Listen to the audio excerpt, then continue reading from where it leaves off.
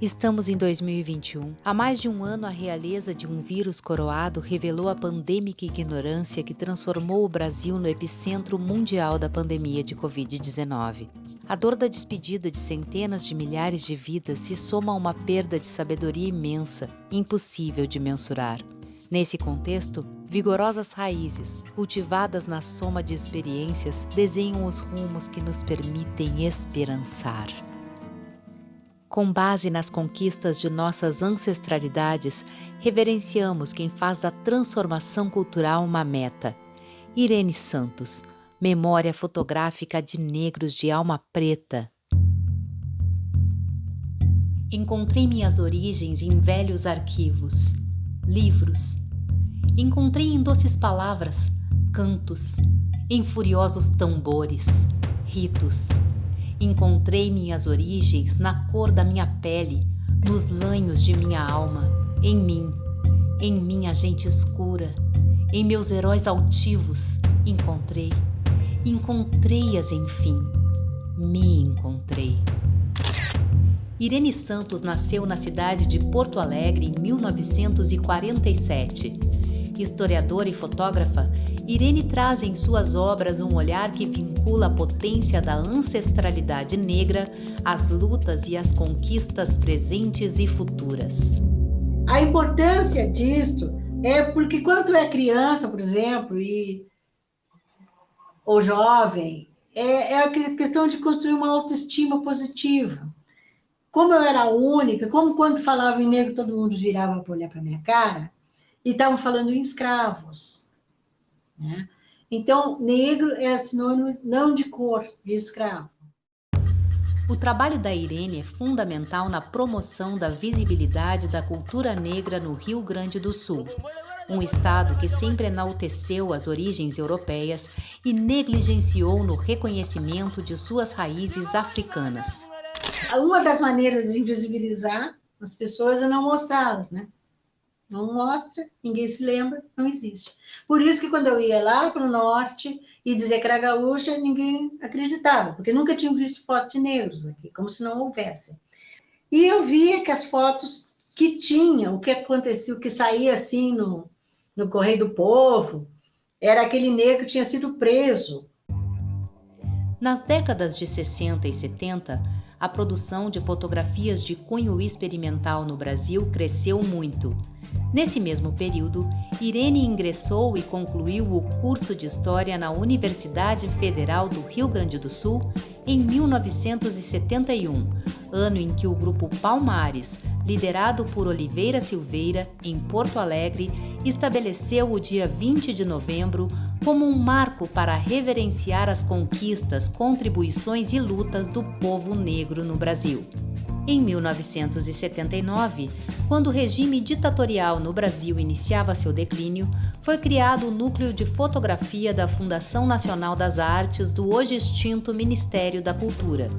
No mesmo ano, Irene, após 11 anos de trabalho como técnica em artes no Banrisul, venceu um concurso de fotografia e abriu o seu próprio estúdio. Em 1979, naquele ano saiu um concurso, foto ecológica, primeira mostra de fotografia ecológica de Porto Alegre.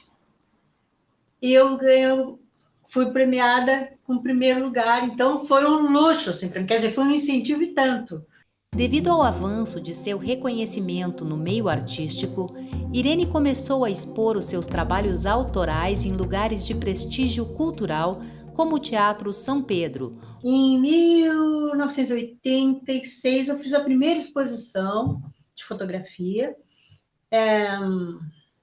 chamava-se Dramática, Retrato de Atriz, que foi um sucesso em Porto Alegre, porque o Teatro São Pedro, ninguém fazia exposição no Teatro São Pedro.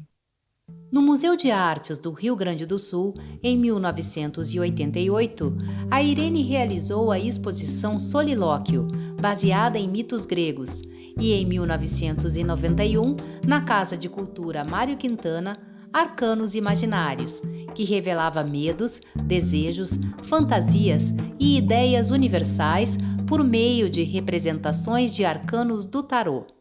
Novamente peguei atores, músicos, artistas em geral, então cada um fazia um personagem das cartas dos arcanos maiores do tarô de Marseille. A Irene sempre buscou destacar a relevância do trabalho artístico de profissionais do Rio Grande do Sul em diálogo com questões, fatos e personalidades mundiais. Bertoldo para sempre Brecht. Então, cada diretor escolhia um personagem. O poder simbólico da construção imagética, a capacidade de transformação da realidade e a possibilidade de proposição de distintos pontos de vista são essenciais para aquilo que a Irene considera como a ciência da fotografia. Eu acho que é interessante mostrar esse lado da fotografia, sabe? Como é que a gente constrói as personagens com foto, direcionando o olhar. O olhar da gente é direcionado. E essa é a ciência, é conseguir enquadrar bem. Em sua fala, a Irene alerta sobre o quanto o desenvolvimento das próprias técnicas possui um caráter ideológico que pode revelar distintos valores e preconceitos. Não se faz uma pessoa escura como ela é, com a luz de fundo, não tem luz nela. Então isso ainda é uma maneira de manifestar o racismo. Onde é que está o defeito da coisa? Que é iluminar errado, porque fotografia é luz. Essa consciência do poder que o imaginário exerce na construção social conduziu a Irene a parcerias com profissionais que representam marcos em relevantes conquistas da negritude, como no caso do grupo Caixa Preta de Teatro Negro de Porto Alegre, dirigido por Gessé Oliveira.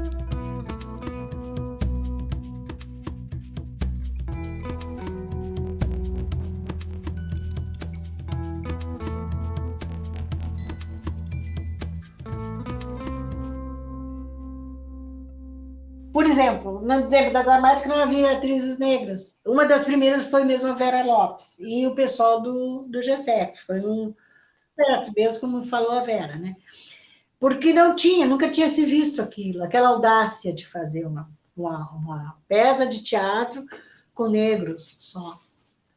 Então, essas coisas são interessantes tu registrar, e mais do que tu registrar, é um tipo de militância, no momento que tu começa a afirmar que não é como antes, que não existe mais aquela coisa do negro de alma branca, que é aquele negro bonzinho, provavelmente aquele que aceita ser escorraçado, aceita ser deixado de lado, né? Convicta da relevância de oportunizar uma reconstrução do imaginário da negritude no Rio Grande do Sul, em 2005, Irene lançou o livro Negro em Preto e Branco, História Fotográfica da População Negra de Porto Alegre, com o objetivo de promover a autoestima por meio da identificação positiva com a ancestralidade presente em fotografias de famílias porto-alegrenses.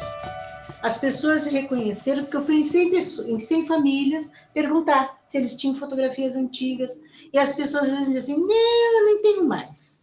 Mas aí, deve ter alguma coisa. Aí vinha com aquelas fotografias assim, dentro de uma caixinha velhinha. Aí começava a abrir, começava a tirar aquelas maravilhas. Então, isso aí me deu ideia. Eu vou fazer uma coisa que reúne essas memórias. Aí vocês vão ver os tipos de fotos que tem. Tudo alto astral. Esses registros do povo afro-gaúcho resultaram na obtenção do Prêmio Açorianos de Literatura em 2006 e no desejo de realizar novos projetos dedicados ao mesmo tema, como o livro Memória das Colônias Africanas de Porto Alegre, lançado em 2010 com o objetivo de enaltecer a força e a resistência dos territórios negros urbanos surgidos em Porto Alegre no período posterior à abolição do trabalho escravo. Na era digital, a Irene passou a utilizar novas tecnologias, sempre com a intenção de valorizar e propagar a história da cultura afro-brasileira. Em 2013, ela lançou o blog Griot Digital, E em 2014, o web documentário Outros Carnavais, Memória do Carnaval de Rua de Porto Alegre, de 1930 a 1969. Porque antigamente o carnaval em Porto Alegre era dominado, os melhores blocos, as melhores escolas que tinha de carnaval eram negros que faziam carnaval. A produção da Irene segue a pleno vapor. Em 2016, ela expôs na Mostra Internacional Mosaicografia, no Largo Glênio Pérez, e em 2018 participou como artista convidada no projeto Travessias Contemporâneas ao Sul do Atlântico, com o trabalho Universos Paralelos, que ainda não pôde ser finalizado devido à pandemia. Todas essas ações foram e continuam sendo altamente significativas na construção de novos modos de emocionar e refletir sobre a história da negritude no Rio Grande do Sul, com base em valores, desejos e atos enraizados em diversas formas de criar vínculos afetivos com distintas representações imagéticas e discursivas. Existe uma coisa chamada negros de alma branca. Agora tu vê, o último capítulo do meu livro tem um texto da Maria Conceição Fontoura, e é justamente isso, negro de alma preta. Então, o negro de alma branca sempre foi dito assim, ele é tão legal, apesar de negro, é um negro de alma branca. Isso é uma coisa que se usou há muitos anos, eu ouvia isso quando eu estava no Instituto Educação. Então, quando eu falo em negro de alma preta, é aquele que se coloca, sabe se colocar como negro. Como essa gente que está nessas fotos. A importância era desconstruir esse conceito de alma branca é alma boa, porque a alma preta também é boa.